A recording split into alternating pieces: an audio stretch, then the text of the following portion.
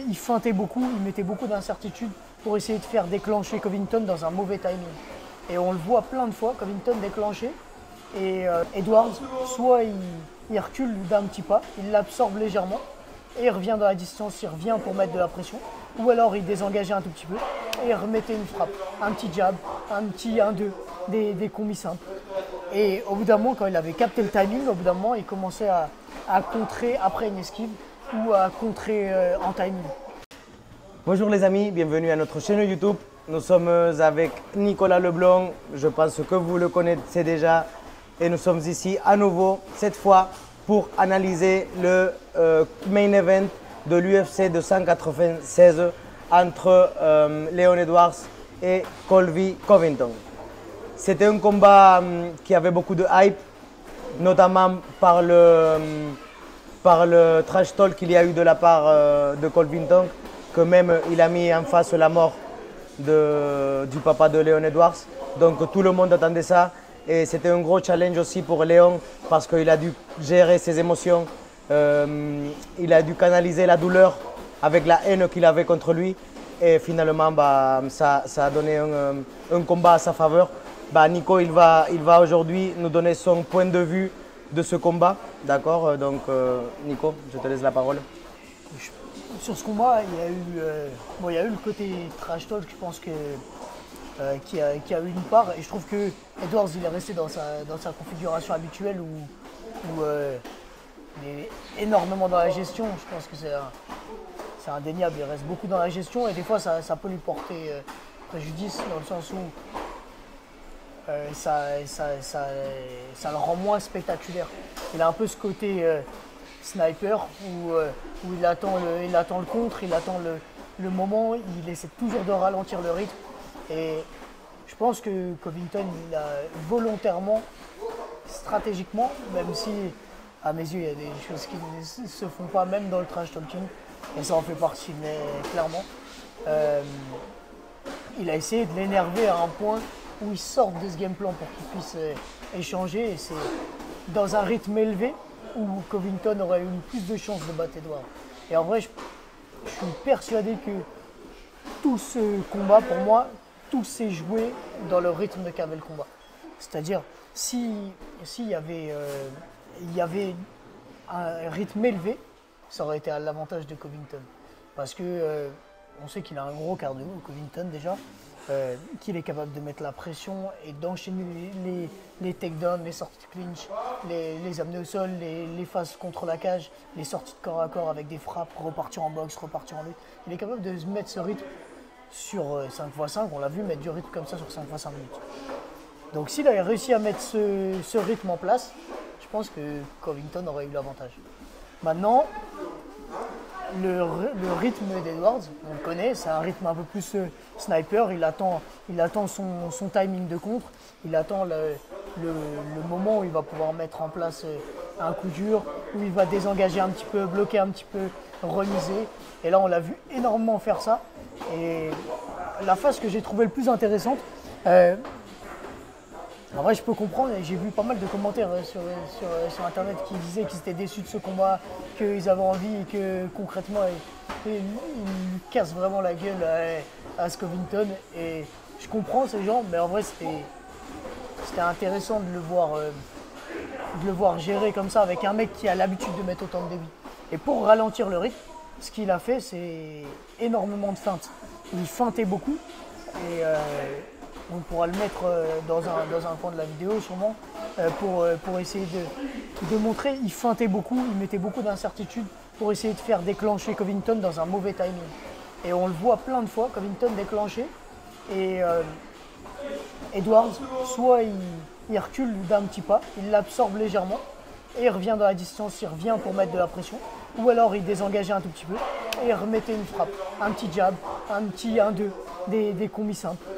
Et au bout d'un moment, quand il avait capté le timing, au bout d'un moment, il commençait à contrer après une esquive ou à contrer en timing. On l'a vu beaucoup faire esquive latérale, remise du bras arrière, quand ils étaient en garde fermée, en gaucher-gaucher. Il cherchait à le faire s'engager un peu plus fort avec ses combinaisons. Donc avec notamment son bras avant, son direct du bras avant. Et là, Edwards esquivait et remisait direct du bras arrière.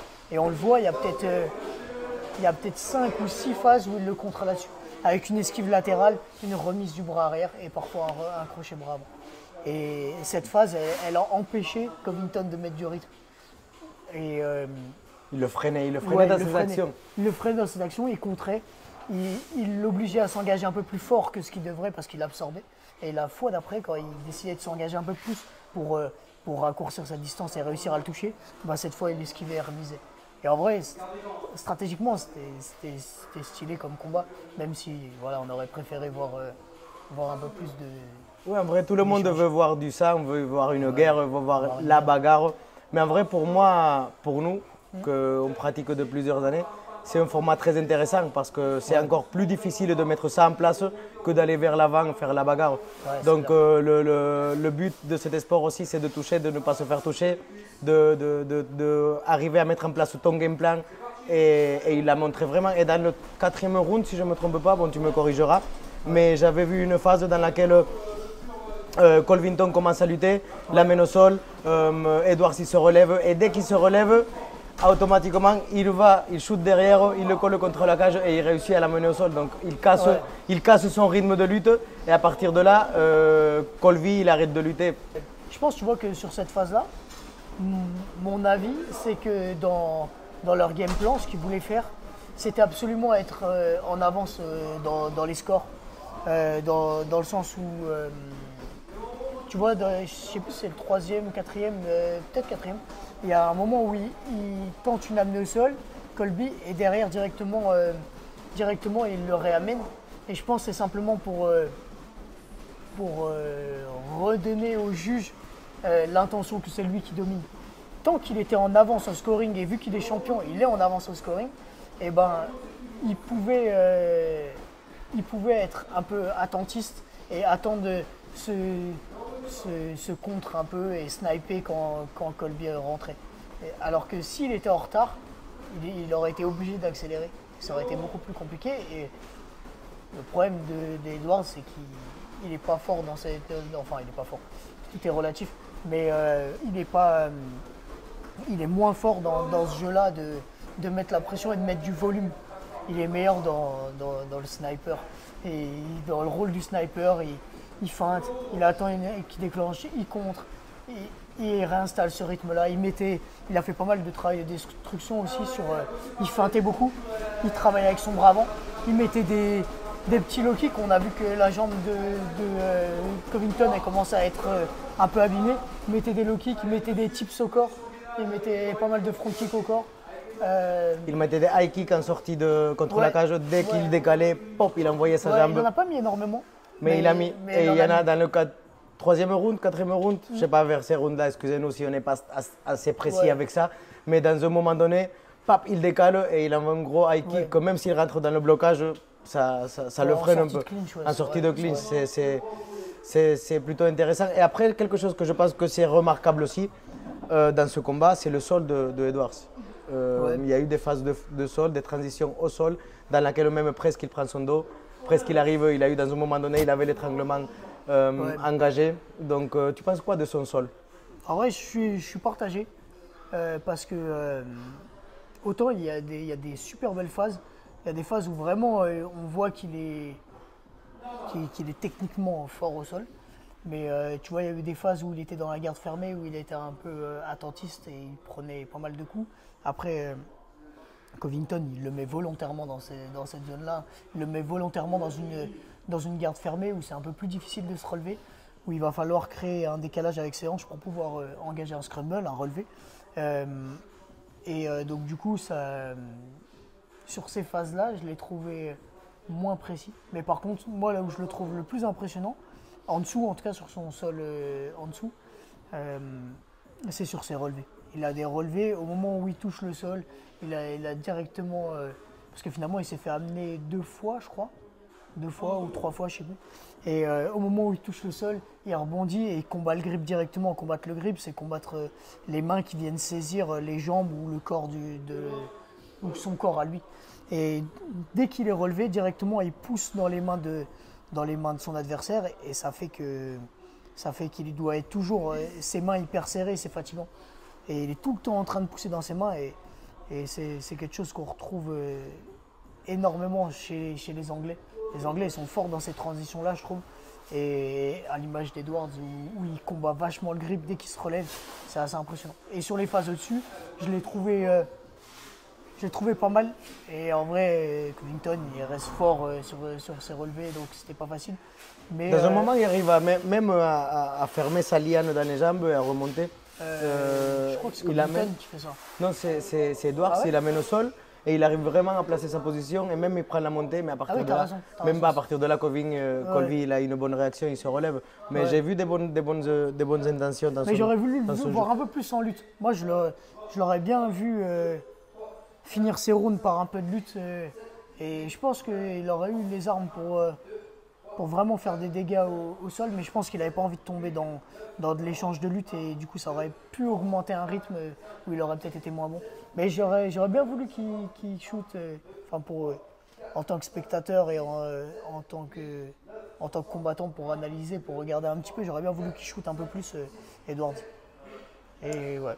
Et sur le rythme en général, j'ai trouvé que Covington, il est vraiment tombé dans son rythme. Il a vraiment pas réussi à sortir de ces contres-là. On sentait qu'il avait de l'appréhension à rentrer. Et en vrai, tout le combat, je pense qu'il joue là-dessus. Et tout en découle après. Exactement. Mais en tout cas, ça c'est une petite analyse de ce que c'est le combat. J'aimerais aussi qu'on aborde un peu tout ce que c'est la partie trash talk. On est bien d'accord tous les deux qu'il a dépassé les limites, les barrières.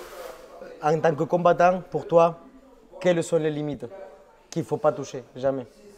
En vrai, c'est difficile à dire parce que on a vu, avec notamment McGregor, quand on parle de trash talk, on est obligé de parler de McGregor dans tous les cas, parce que c'est un de ceux qui a fait le plus de trash talking. Mais moi, je pense que ça dépend des tempéraments. Moi, c'est pas forcément dans mon idée du sport.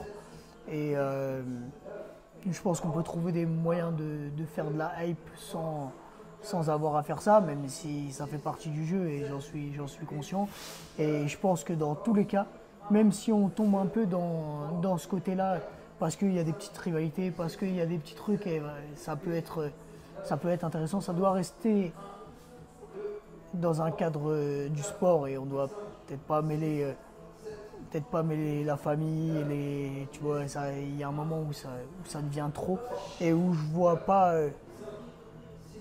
le côté sportif. Ces gens ont quand même une image, on le voit notamment avec nous tous les jeunes qu'on a au club que tu encadres, on a quand même une image à donner et le monde, et surtout eux, le monde les regarde.